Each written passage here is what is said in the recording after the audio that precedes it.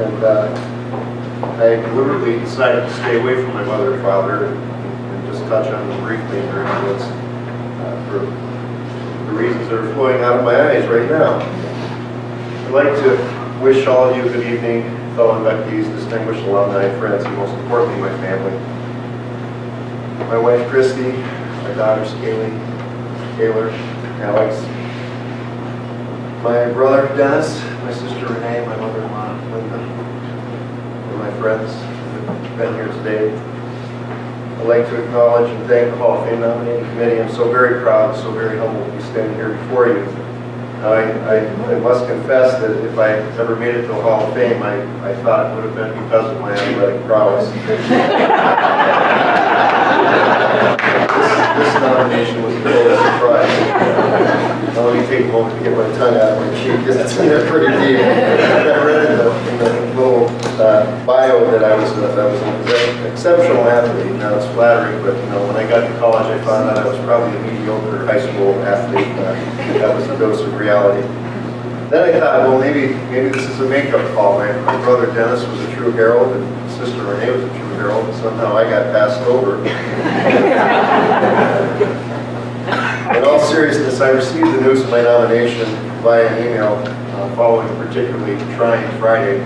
I went into the courtroom about 1 o'clock, got out at about 4:15, and there were piles of files on my desk. Sat down in my chair, everybody's leaving, and I judged. And I kind of decided to ignore the files on my desk and went to my emails, and I saw the email from Sister Maureen. We kind of played tag all week, and I opened it up and I read it. And candidly, I just started weeping. It was all at once, humbling and validating and life-affirming. And I suspect, like most who have been bestowed this honor, your many emotions overwhelm you, and then you start asking, what did I do? Why me? I've never been an overly vociferous or ever-present St. John supporter. I can't claim to be a huge financial benefactor. I'm not famous. I've never ventured out into the world and made my mark on the entire industry or profession as some of our distinguished alumni have. Years ago, I did do some volunteer work and create some trusts and some endowments. When St. John was on the rocks initially, I did donate legal services to collect debts that rose St. John. I purchased tickets, event tickets, like I'm sure all of us do. Occasionally I'd make a large donation. Still, I again suspect many alumni fall into that category, so the question remains why. Now, I recognize that as an alumni, I do hold a very important position in our community. Every day I have the good fortune to work at a job that I love. It allows me to see the full spectrum of human behavior. I see people at their best, I see them at their worst, unfortunately. But fortunately, the majority of what I do every day does not involve horrible crimes or wrongs. I'm a judge in the muni court. Felonies are not my trade. For the most part, I see ordinary persons. I see everyday citizens at my job. And I love the fact that I can see any one of you. Your child, your grandchild, your brother, your sister, your uncle, your aunt, at a time in their life when they may be in crisis. And I truly enjoy being able to think my way through as to what the problem is, what's the source of that problem, and identify what the resources are that are available to try to attempt to solve that problem, and then to define a plan, and then make people accountable to that plan. I don't mean to imply or communicate that I believe in any way that people should be given a free pass. What I'm suggesting is that some people, when they lose the way, require structure. They require someone to show them that here's the path. This is the path. Let me help you get back on that path.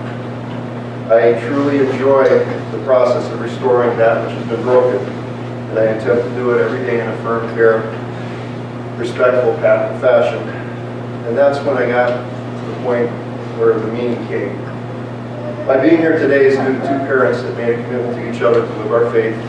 In particular, it was due to a fierce belief that they each had in the value of education, and most importantly, the value of Catholic education. Our Catholic education started in our home. It was practiced every day, every Sunday at Mount Carmel Church, whether we as children liked it or not. Our mother brought us there. My father sold potato chips, pretzels, candy, snack food items. My mother was the manager of the Progress Center. Together they managed to put 3 children through Mount Carmel and St. John. Can you imagine the personal sacrifices that were required, the selflessness that this undertaking required? The education that each of us attained here at St. John allowed my brother, my sister, and I to attain our dreams and to live our faith. And I know that our parents are looking down on us as a family right now as I receive this award on National Pretzel Day.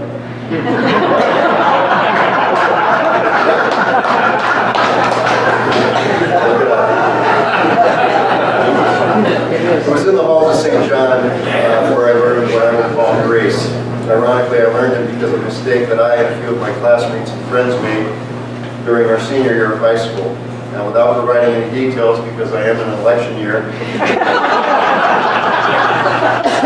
we screwed up and placed ourselves in a position where we could have been fairly and rightfully cited in the juvenile court. That is the court that I'm now aspiring to.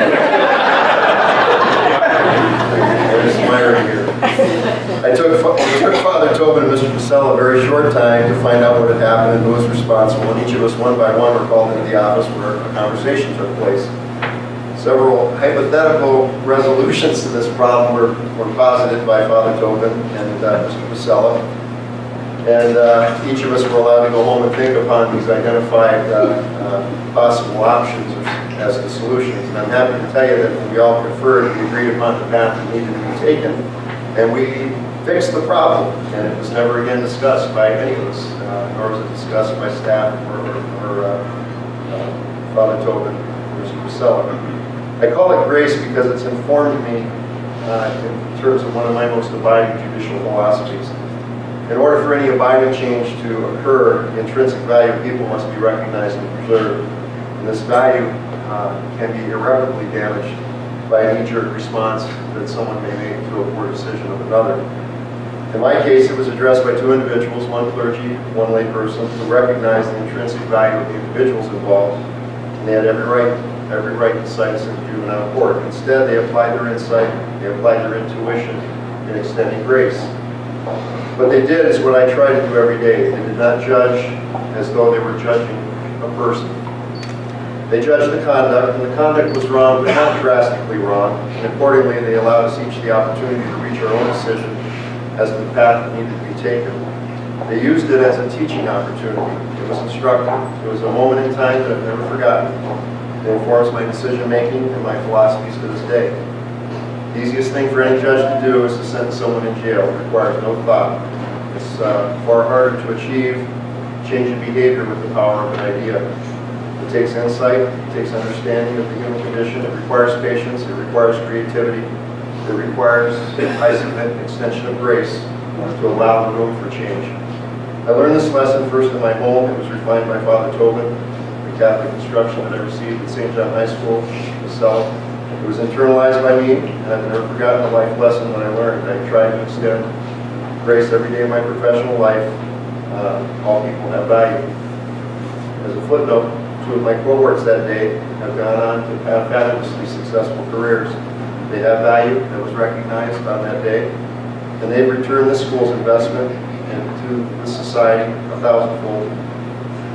And who knows, one of them may actually be a true hero. Not my brother. And now two of them may be in the Hall of Fame.